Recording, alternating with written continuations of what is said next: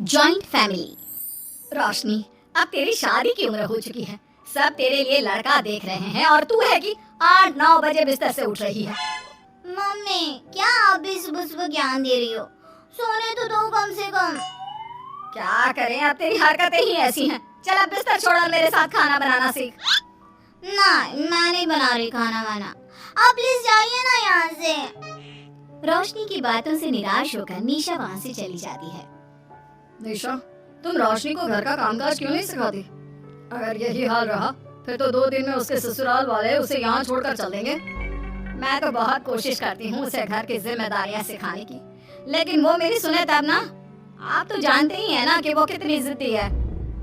हमें निशा के लिए एक ऐसा लड़का ढूंढना होगा जिसका भरा पूरा परिवार हो, सास ससुर से लेकर जेठ जेठानी देवर ननद सब हो।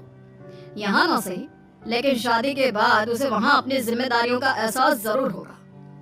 कुछ दिनों के बाद रोशनी का परिवार उसके लिए लड़का देखना शुरू कर देता है और एक दिन चिराग नाम का लड़का रोशनी को देखने अपने परिवार के साथ उसके घर पहुंच जाता है। देखिए भाई साहब, मैं पहले ही आपको बता देती हूँ, हमारा परिवार बहुत बड़ा है, इसलिए अगर आपकी लड़की हमारे घर की जिम्मेदारियाँ बिना ना नुकुर के उठा सकती है तभी हम ये रिश्ता पक्का करेंगे। अरे ये भी कोई बोलने वाली बात है बहन जी। हमारी रोशनी आपके पूरे परिवार को बैठे बैठे खिला सकती है, इतनी जिम्मेदार है मेरी बेटी। अगर ऐसी बात है फिर तो हमें इस रिश्ते से कोई आपत्ति नहीं है। तो फिर चट मंगनी पट ब्याह के बारे में क्या ख्याल है? हाँ बिल्कुल, शादी में देर किस बात की, 3 हफ्ते बाद ही शादी का शुभ योग है। अगर आपको कोई दिक्कत ना हो तो हम इनकी शादी भी 3 हफ्ते बाद ही करा देते हैं। अरे हमें इसमें कोई परेशानी नहीं है। इस तरह दोनों परिवारों में शादी की तैयारियां शुरू हो जाती है और कुछ ही दिनों बाद रोशनी की शादी चिराग से करा दी जाती है। शादी के बाद, बहू इनसे मिलो, ये है तुम्हारी दादी सास, ये बड़ी सास और बड़े ससुर, ये तुम्हारे जेठ, ये जेठानी, ये दोनों तुम्हारे देवर और ये इस परिवार की सबसे छोटी बेटी सिमरन, यानी कि तुम्हारी ननद है। परिवार में इतने सारे लोगों को देखकर रोशनी का सर चकरा जाता है। वो अपना सर पकड़ लेती है और मन ही मन सोचने लगती है, हे भगवान, ये किस जन्म का बदला लिया है आपने मुझसे? मैंने क्या बिगाड़ा था आपका जो आपने मुझे ऐसा परिवार दिया? बेटा, किस सोच में पड़ गई तुम? और कितने लोग हैं आपके परिवार में? बस हम इतने ही लोग हैं बेटा, ज्यादा लंबा परिवार नहीं है हमारा। अब इससे लंबा और कितना बड़ा परिवार होगा आपका? ये ससुराल कम चिड़ियाघर ज्यादा लग रहा है। कुछ कहा क्या तुमने बेटा?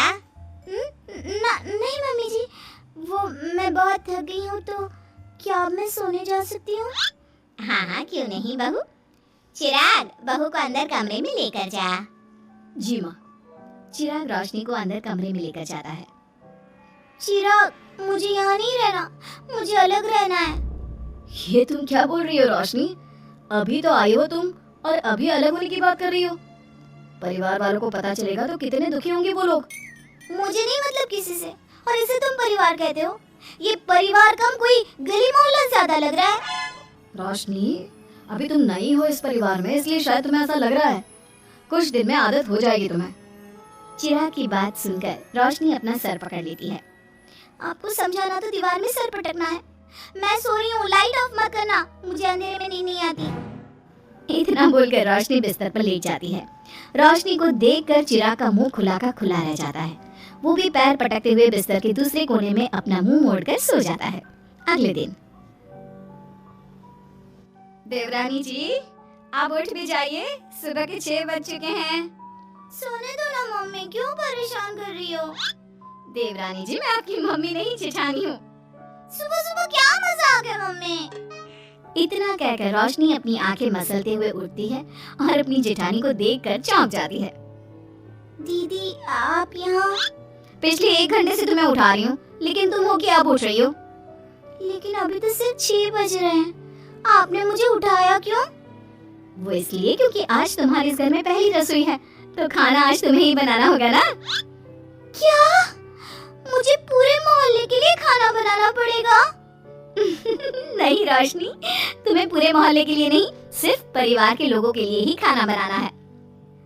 आपका परिवार किसी मोहल्ले से कम है क्या? कुछ कहा क्या तुमने? हाँ नहीं दीदी, आप चलिए, मैं अभी फ्रेश होकर आती हूँ। आरती वहाँ से चली जाती है, जिसकी थोड़ी देर बाद रोशनी भी रसोई में जाकर मजबूरी में सबके लिए खाना बनाने लगती है। पूरे 2 घंटे मेहनत करने के बाद उसका खाना बनकर तैयार होता है। वाह बहू, खाना तो बड़ा स्वाद बना है। सच में बहू, तुमने भले ही बहुत देर लगाई खाना बनाने में, लेकिन खाना बहुत स्वादिष्ट बना है। आपके हाथों में तो जादू है देवरानी जी। मैं तो कहती हूँ अब से रोज आप ही खाना बनाया कीजिए, क्यों मम्मी जी? हाँ हाँ बेटा, बिल्कुल ठीक कहा तुमने। रोशनी, आज से रोज तुम ही खाना बनाना। ये सुनकर रोशनी चौंक जाती है।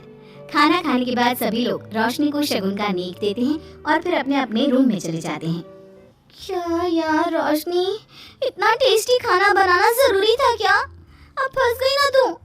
ये सब माँ पापा की वजह से हो रहा है, उनके कारण मुझे ये सब झेलना पड़ रहा है।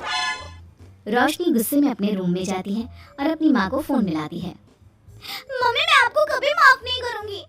आपने जानबूझकर मुझे इतने बड़े परिवार में भेजा है, जहाँ मुझे सांस लेने की भी फुर्सत नहीं है। हमने ये सब इसलिए किया ताकि तू अपनी जिम्मेदारियाँ निभाना सीखे। अब मायके की तरह ससुराल में भी अपनी जिम्मेदारियों से मुंह मत मोड़ लेना। मुझे नहीं रहना माँ यहाँ। इस घर में जितने लोग हैं, उतने तो हमारे गली मोहल्ले में भी नहीं थे। माँ, मैं आपसे आपकी सारी बातें मानूंगी, पर प्लीज मुझे यहाँ से ले जाइए। बिल्कुल नहीं, आपसे वही तेरा सब कुछ है। वहाँ से भागने के बजाय अपनी जिम्मेदारियाँ पूरी करना सीख, इससे हमें भी थोड़ी खुशी मिल जाएगी। माँ की बातों से निराश होकर रोशनी फोन काट देती है, जिसके बाद उसकी नजर नेक में मिले पैसों पर पड़ती है और वो फटाफट से बिस्तर पर बैठकर पैसे गिनना शुरू कर देती है। अरे वाह, ये तो पूरे 25,000 रुपए हैं। किसी ने भी 51 से कम का नेक नहीं दिया। चलो अच्छा है, कुछ तो फायदा हुआ इतने बड़े परिवार में शादी करने का। अब इन सब पैसों से मैं अकेले शॉपिंग करूंगी, बहुत मजा आएगा। शॉपिंग के बारे में सोच सोच कर ही रोशनी अपने बिस्तर पर कूदने लगती है। उसे बिस्तर पर कूदता देख सभी लोग चौंक जाते हैं। भाभी, आप ऐसे क्यों उछल रही हो? छोटी बच्ची हो क्या? अपनी ननद की बात सुनकर रोशनी का मुंह खुला का खुला रह जाता है। थोड़ी देर बाद रोशनी घर में बिना बताए शॉपिंग के लिए निकल जाती है और शगुन में मिले पूरे पैसों को शॉपिंग में उड़ा देती है। शाम में, देवरानी जी कहाँ गई थी आप? जानते हैं सब आपके लिए कितना परेशान हो गए थे। कम से कम आपको बताकर तो जाना चाहिए था ना। सॉरी दीदी, मैं आप लोगों को बताना भूल गई। वैसे इतने सारे बैग किस चीज के हैं? तुम शॉपिंग करने गई थी क्या? हाँ दीदी, वो आज नेक में इतने सारे पैसे मिले थे ना, तो मैंने सोचा क्यों ना मैं उन पैसों की शॉपिंग ही कर लूं। अरे वाह, ये तो बहुत अच्छा सोचा तुमने। मम्मी, पापा, सिमरन, देवर जी, सब बाहर आइए। देखिए रोशनी हम सब के लिए क्या लाई है। रोशनी कुछ समझती उससे पहले ही वहाँ सब लोग आ जाते हैं। क्या हुआ आरती बहू, क्यों चिल्ला रही हो? अरे देखिए ना माँ, रोशनी हमारे लिए शॉपिंग करके आई है। वो देखिए, रोशनी हम सब के लिए कितने कपड़े लेकर आई है। आरती की बात सुनकर रोशनी के पैरों तले जमीन खिसक जाती है। उसके मुंह से एक शब्द तक नहीं निकलता। सच में भाभी, आप कितनी अच्छी हो। बेटा, हम सबके लिए तुझे खरीदारी करने की क्या जरूरत थी? अभी तेरी नई नई शादी हुई है, तुझे अपने लिए लेना चाहिए था ना। एक काम कर, ये सारे कपड़े तू ही रख ले, किसी को कुछ देने की जरूरत नहीं है। चलो, कोई तो समझदार है इस घर में। वाह भाभी, कितनी सुंदर ड्रेस है। ये शॉर्ट ड्रेस मुझे पता है आप मेरे लिए ही लाए होंगे, है ना? इसे मैं रख लेती हूँ। माँ, रोशनी इतने प्यार से सबके लिए कपड़े लेकर आई है, हमें मना नहीं करना चाहिए। तू सही बोल रही है बेटा, उसका मन रखने के लिए मैं ले लेती हूँ 1-2 साड़ियाँ। रोशनी झूठी मुस्कान लिए खड़े होकर सब देखती रहती है। देखते ही देखते उसके लाए सारे कपड़े घर वाले आपस में बांट लेते हैं और अब सिर्फ एक रुमाल को छोड़कर उसके पास कुछ नहीं बचता। अब ये रुमाल भी क्यों छोड़ा, इसे भी ले ही लेते। इतने में ही सिमरन रोशनी को आवाज देती है। भाभी, वो गलती से रुमाल रह गया है, क्या वो मुझे मिल सकता है? रोशनी वो रुमाल भी सिमरन को दे देती है। इतनी मेहनत से मैंने ये सब कुछ लिया था, लेकिन इन लोगों से मेरी खुशी बर्दाश्त नहीं हुई, कुछ भी नहीं छोड़ा। थोड़ी देर बाद रोशनी का पति भी वहां आ जाता है। मैंने सुना है आज तुमने सभी के लिए खरीदारी की है। तुम मेरे लिए कुछ लेकर नहीं आई? बस फिर क्या था, इतना सुनते ही रोशनी का पारा हाई हो जाता है और वो चिराग को घूरने लगती है जिससे चिराग डर के मारे वहां से खिसक जाता है। हाय रे, फूटी किस्मत मेरी जो ये जॉइंट फैमिली मेरे मत्थे चढ़ी।